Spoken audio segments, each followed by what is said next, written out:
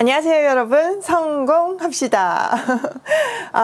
우리가 이제 한 걸음씩 십자가를 향해서 가고 있는데요. 오늘은 무슨 요일인가요? 오늘 요일 말고 지금 성경에서 지금 본문에서 무슨 요일인가요? 네, 화요일입니다. 화요일이 굉장히 길게 기록이 되어 있죠. 화요일에 일어났던 거 한번 정리해 볼까요? 열매 맺지 못하는 무화과 나무를 저주하셨는데 그게 완전히 뿌리째 말라 있는 것을 봤죠. 그리고 성전으로 들어가셔가지고 종교 지도자들과 신학 논쟁을 하세요. 세 가지 주제가 있는데 세금, 부활, 큰 계명이었어요. 그런데 예수님께서 완벽하게 성경으로 대답해 주심으로 완승하게 되죠. 또 그들이 그토록 기다리는 메시아는 다윗의 주라고 말씀하시며 당신이 그리스도임을 확정하셨어요. 그리고 절대 결핍 속에 있는 가부를 등치는, 그래서 다 내놓을 수밖에 없게 만드는 그 당시 종교 지도자들을 고발하셨어요. 자, 종교 지도자들이 백성들을 그렇게까지 쥐어짠 이유가 뭐라고요? 네, 헤롯 성전이 큰 이유 중에 하나였어요. 화려한 성전 건축금을 마련하기 위해서 백성들을 쥐어짤 수밖에 없었던 거죠. 자, 잘 정리되셨죠?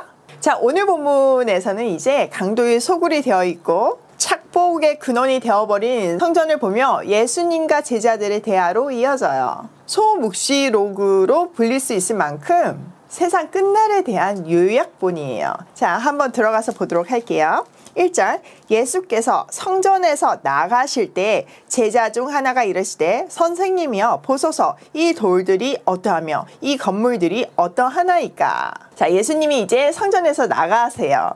이때 한 제자가요, 성전의 아름다운 모습에 감탄하면서 물어요.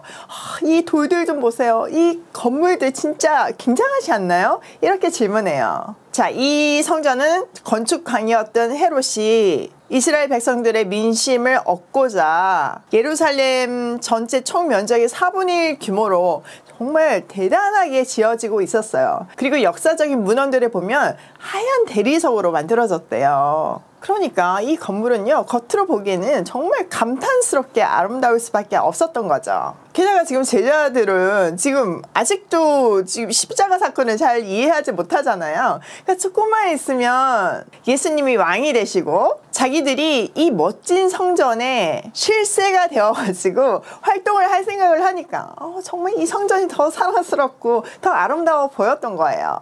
자, 2절, 예수께서 이르시되 내가 이 큰 건물들을 보느냐 돌 하나도 돌 위에 남지 않고 다 무너뜨려지리라 하시니라.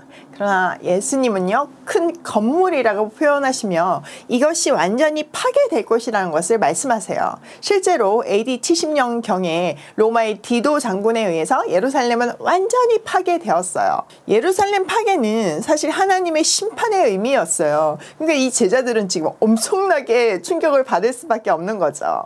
싸한 분위기 느껴지시죠? 자, 이어서 볼게요. 예수께서 감람산에서 성전을 마주 대하여 앉았을 때 베드로와 야고보와 요한과 안드레에게 조용히 묻되 우리에게 이르소서 어느 때에 이런 일이 있겠사오며 이 모든 일이 이루어지려 할 때에 무슨 징조가 있사오리이까. 예수님은요, 지금 제자들하고 성전 맞은편에 있는 감람산에서 성전을 바라보고 계세요. 내 제자가 예수님이 성전이 무너진다는 충격적인 발언에 조용히 와가지고 아니 언제 그런 일이 일어나며 그 일이 일어나기 전에 무슨 징조가 있을 것인지를 조용히 물어요. 자, 여기 제자들의 질문에는 종말의 전형적인 표현들이 담겨 있어요. 바로 어느 때 무슨 징조인 거예요. 그러니까 종말이 어느 때 무슨 징조, 이게 중요한 게 아닌데 그거를 지금 사람들은 궁금해하는 거잖아요. 그래서 이단의 특징이 구체적인 종말의 날과 징조를 제시하잖아요. 근데 그거는 잘못된 접근인 거죠. 그러니까 제자들도 지금 제대로 못 깨달고 이런 질문을 하고 있는 거예요. 자, 예수님의 대답 한번 볼게요. 5절 예수께서 이르시되 너희가 사람의 미혹을 받지 않도록 주의하라. 많은 사람이 내 이름으로 와서 이르되 내가 그라하여 많은 사람을 미혹하리라. 난리와 난리의 소문을 들을 때에 두려워하지 말라. 이런 일이 있어야 하되 아직 끝이 아니니라. 민족이 민족을 나라가 나라를 대적하여 일어나겠고 곳곳에 지진이 있으며 기근이 있으리라. 이는 재난의 시작이니라. 자, 예수님은요 말세의 징조에 대해서 말씀하세요. 자, 우리는요 이 시점에서 말세가 무엇인지 그 정의를 바로 해야지만 이 내용이 이해가 돼요. 말세는요 아주 쉽게 얘기하자면 예수님의 초림과 재림 사이를 말세라고 하는 거예요. 그러니까 그 시대의 제자들도 지금 우리도 말세를 살아가고 있는 거죠. 그리고 그 말세에는 징조가 있는데 첫 번째는 미혹, 두 번째는 전쟁, 세 번째는 기근이에요. 내가 그리스도다 하는 그런 미혹하는 사람들이 많이 일어날 것이고 전쟁과 전쟁이 계속 일어나고 또 기근이 일어날 것이라고 말씀하세요. 그런데 중요한 것은요 이걸 뭐라고 그래요? 진통의 시작일 뿐이라고 얘기를 하세요. 그러니까 앞으로 더 엄청난 재난이 올 것이라는 것을 말씀하시는 거예요. 그리고 이 말세에 제자들이 어떤 어려움을 겪을 것인가에 대해서도 미리 말씀해 주세요. 자, 제자들도 말세를 살아가지만 지금 우리도 말세를 살아가잖아요. 그러니까 이 말씀은 우리한테도 동일하게 주시는 말씀이에요. 우리한테도 이런 일이 일어날 것이라는 것을 얘기해 주는 거죠.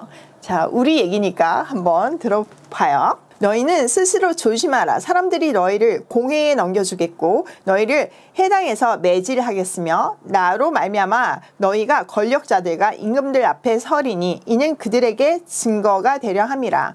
또 복음이 먼저 만국에 전파되어야 할 것이니라. 사람들이 너희를 끌어다가 넘겨줄 때에 무슨 말을 할까 미리 염려하지 말고 무엇이든지 그때 너희에게 주시는 그 말을 하라. 말하는 이는 너희가 아니요 성령이시니라.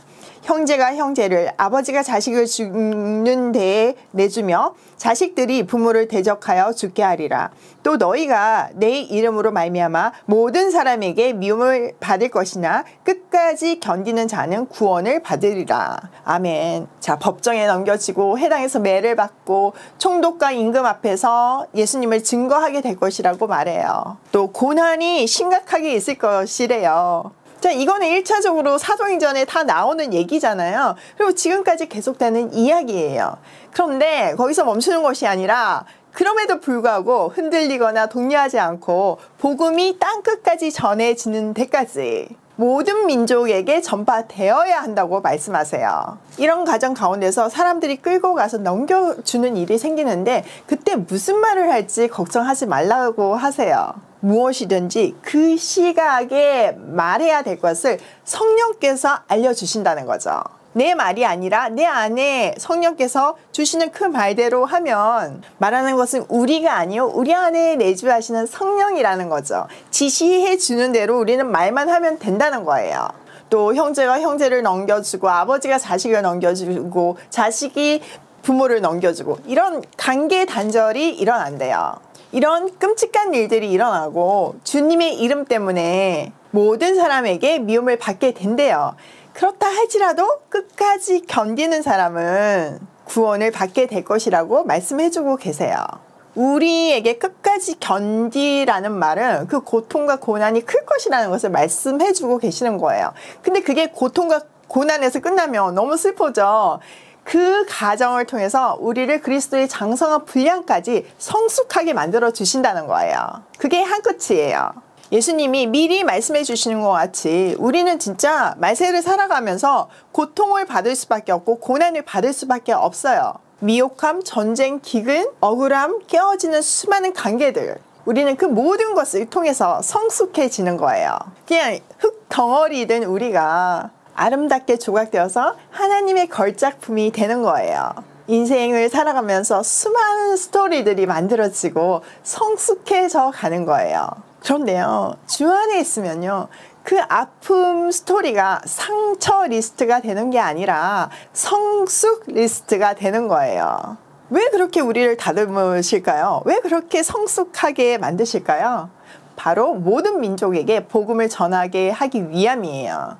자, 고린도 후서 3장 3절을 한번 보실래요? 너희는 우리로 말미암아 나타난 그리스도의 편지니 이는 먹으로 쓴 것이 아니요 오직 살아계신 하나님의 영으로 쓴 것이며 또 돌판에 쓴 것이 아니요 오직 육의 마음판에 쓴 것이라. 여러분, 우리는요 그리스도께서 쓰신 편지예요. 살아계신 하나님의 영으로 쓴 것이요 마음판에 쓴 것이에요. 우리는 만나는 사람마다 이 그리스도의 편지를 읽게 해야 해요. 그러니까 내 삶의 모든 것에, 내 표정의 모든 것에, 내 말의 모든 것에 그리스도의 메시지가 담겨 있어야 되는 거죠. 그 상대를 위한 하나님의 편지를 전달해야 하는 거예요. 그 편지의 내용은 너무나 아름답고 너무나 복된 소식들이에요. 게다가 어떻게 전할지는 케이스 바이 케이스 성령께서 알려주신다잖아요. 뭐가 걱정이에요. 완전 감동이지 않나요?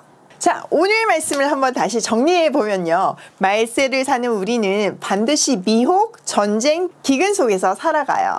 그 속에서 살면서도 절대 잊지 말아야 될 것은 우리는 복음 전파를 땅끝까지 해야 된다는 거죠. 그 복음을 전하다 보면 고난을 받고 관계도 깨어지겠지만 끝까지 견뎌야 한다고 말씀하세요.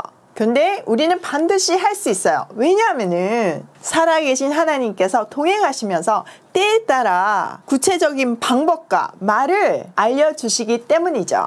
그리고요, 우리에게는요 보장된 해피엔딩의 결말이 있잖아요.